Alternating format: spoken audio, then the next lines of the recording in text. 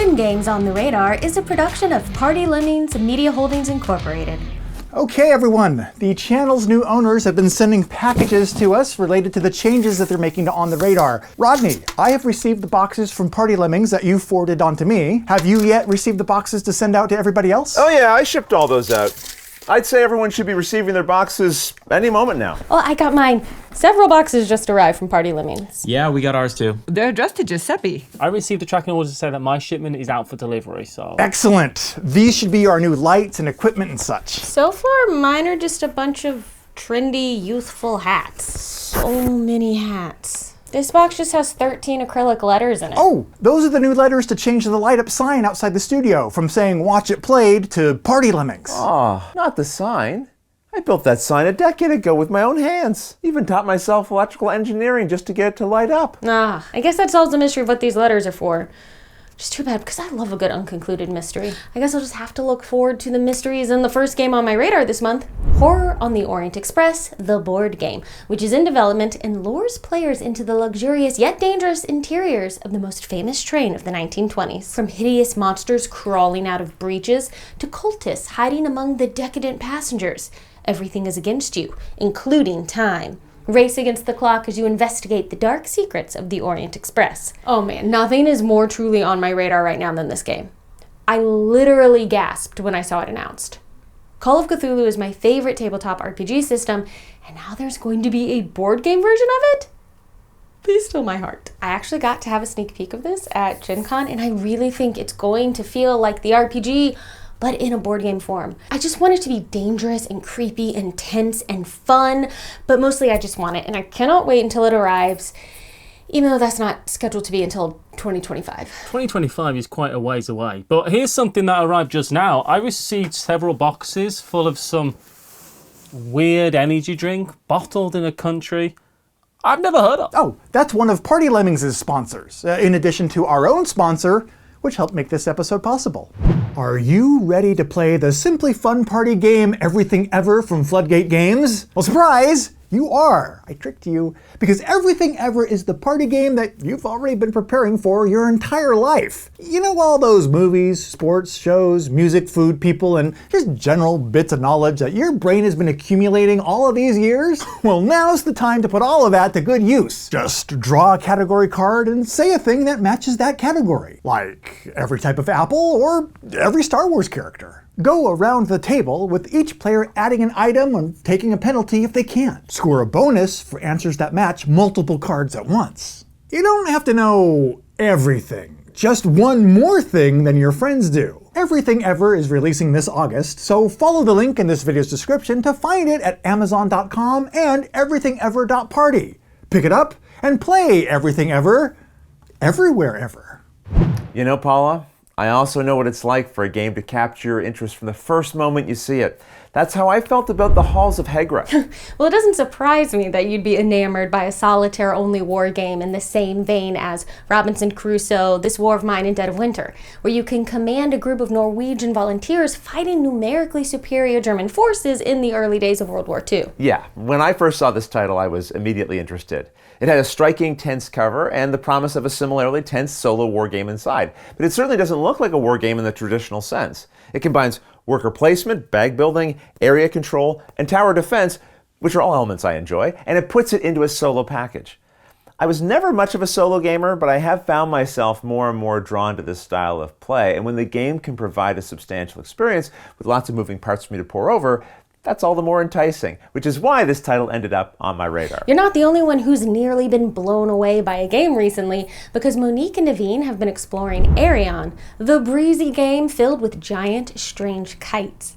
As an inventor of flying machines used by the Dreams to traverse the skies of the Oniverse, the players of Arion are challenged to cooperatively build a new fleet of ships. This entails finding blueprints, acquiring construction materials, and recruiting the best crew. I just finished exploring Stellarion, and now I'm working my way backwards through the Universe with the next title being Arion.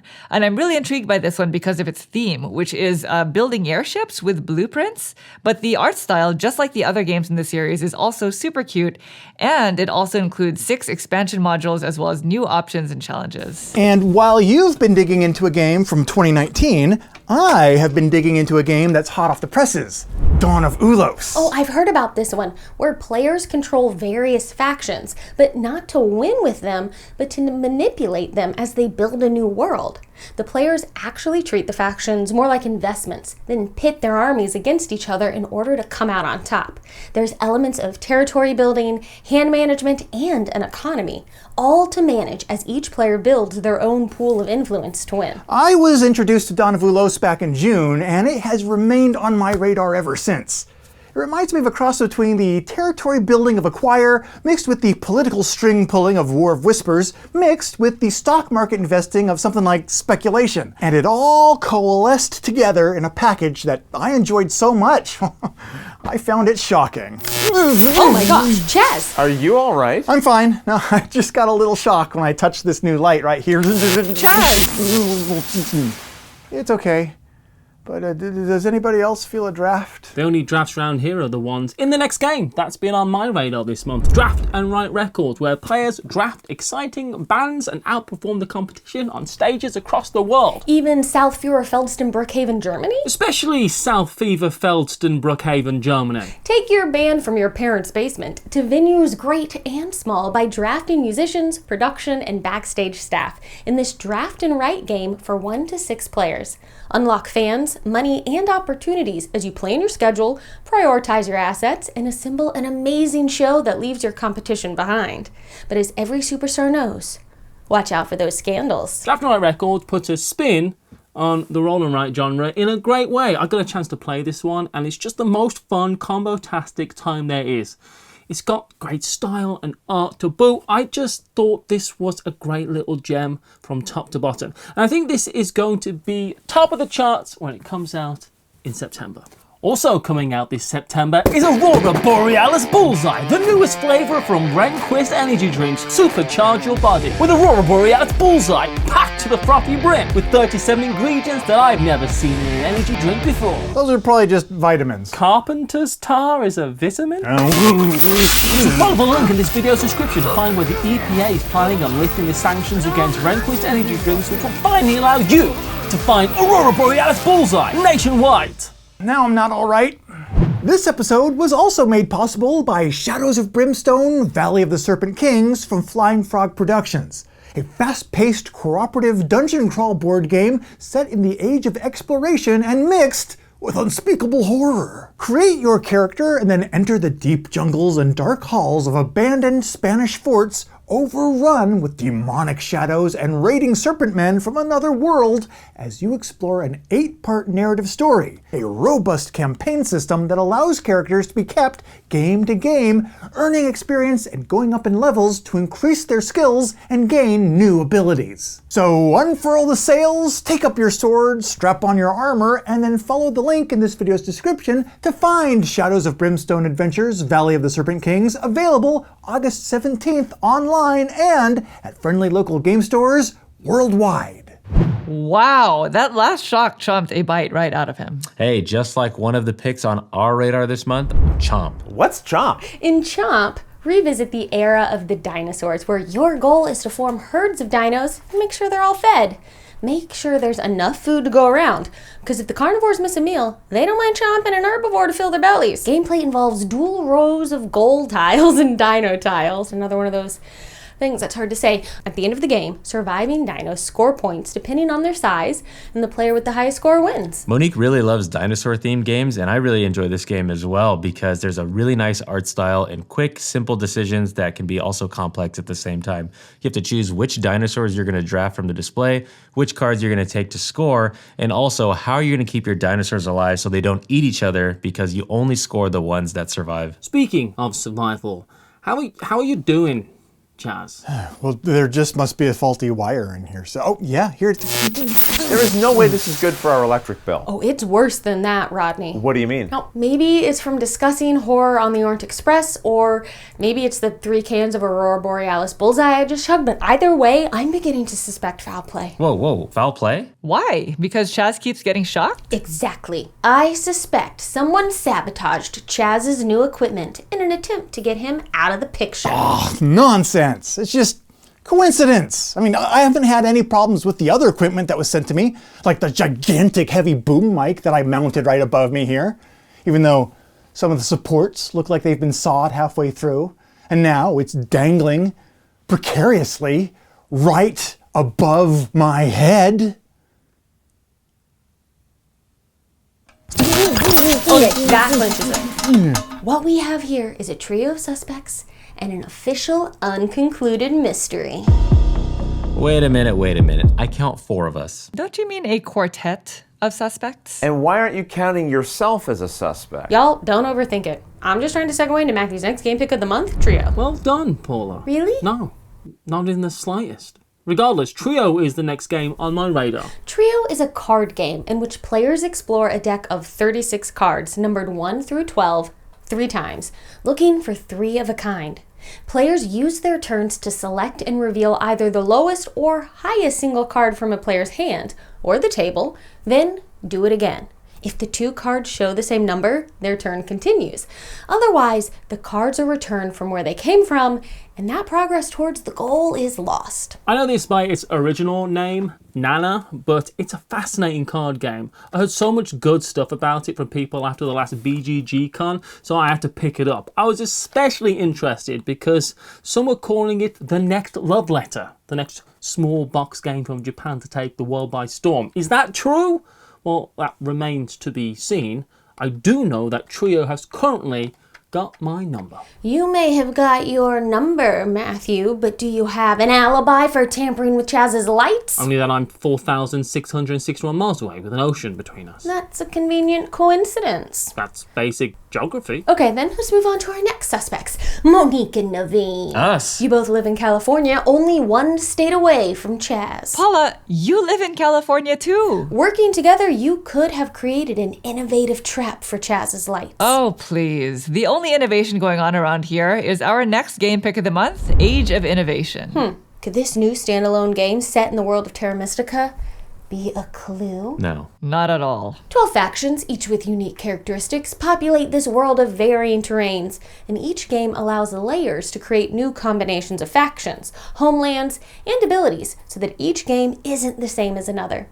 Upgrade your buildings to gain valuable resources. Build schools to advance in different sciences and make innovations. Build your palace to gain a powerful new ability, or build workshops, guilds, and universities to complete your culture. We are big fans of Gaia Project, and so we are really interested in seeing how this game differs from both Gaia Project as well as Terra Mystica. Naveen, in particular, loved how Gaia Project took the mechanics of Terra Mystica and applied it to a different setting entirely. And we actually missed the fantasy theme, so we are really excited to see it return in this game. Sounds like the two of you have been pretty preoccupied with this game. So maybe your story checks out. Exactly! Which one of them is Chaz again? Which leaves us with you. You think I tampered with Chaz's lights? Oh, you had the opportunity when the boxes came through your office. Oh yeah, I shipped all those out. You had the means with your electrical experience. I built that sign a decade ago. Even taught myself electrical engineering just to get it to light up. And you had motive. Motive? It's not like Chaz has ruined my life's work and reputation. At least not this week anyway. I think there's ample motive in Chaz recently selling Party Lemmings, the Watch It Played kingdom you created.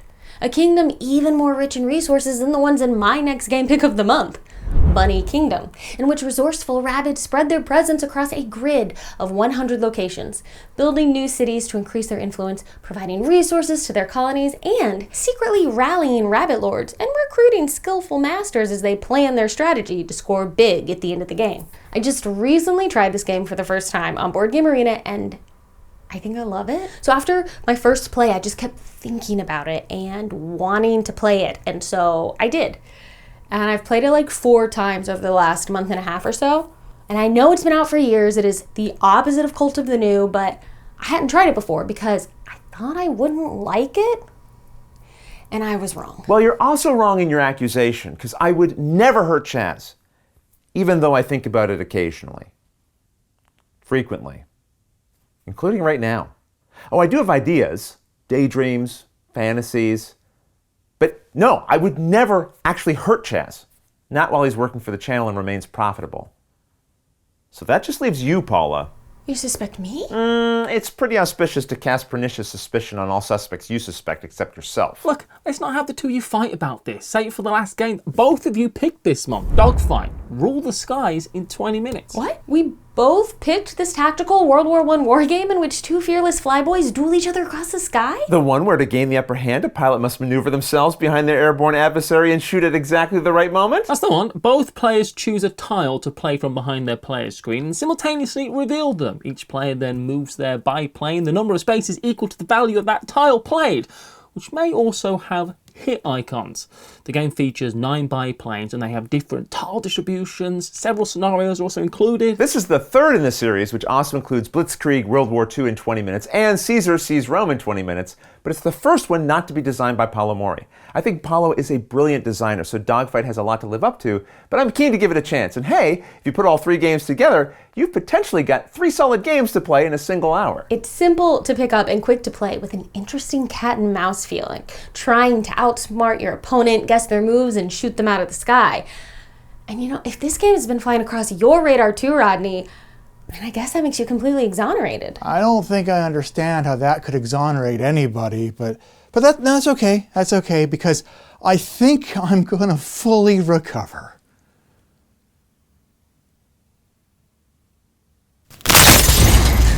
Oh, Chaz. That's so Chaz. That's our Chaz. Then who's the British one? That's the type of crazy things that happen when Chaz is in charge. I'm in immense pain.